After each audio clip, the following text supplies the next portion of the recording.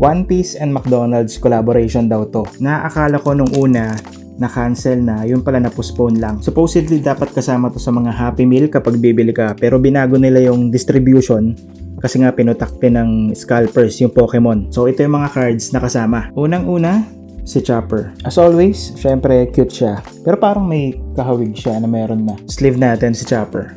Pangalawa, Nami. Nakaano siya dito pang egghead na damit. Ganda rin na itsura niya daw hindi sila mga foiled. Okay, Nami, secured. Ang next natin, si Ace. Ganda na itsura niya dito. Sleeve. Pang-apat, si Shanks. Ganda rin ang artwork.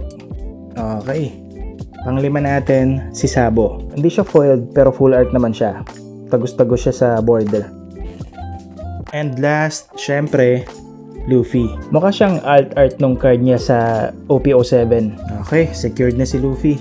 Di ko alam kung exclusive sila sa Japan o eventually magkakaroon din dito sa Pilipinas. Pero kung gusto nyo magkaroon itong 6 na cards na to, well, meron pa akong isang set dito. Para makuha to, wala kayong ibang gagawin kundi yung mga usual na ginagawa. Make sure na nakafollow kayo, nakalike kayo sa video na to. Siguro comment nyo na lang kung sino yung pinakagusto nyong card sa 6. Tapos lagay nyo yung makikita nyong hashtag para mas mabilis kong makita. Basta lahat ng pwedeng gawin nyo, repost, save, lahat. At yung pinaka-importante nyong gagawin, dapat nakafollow kayo dun sa page ko sa Blue App. Kasi dun ako nag-a-announce ng mga winners sa giveaway. Okay? Good luck!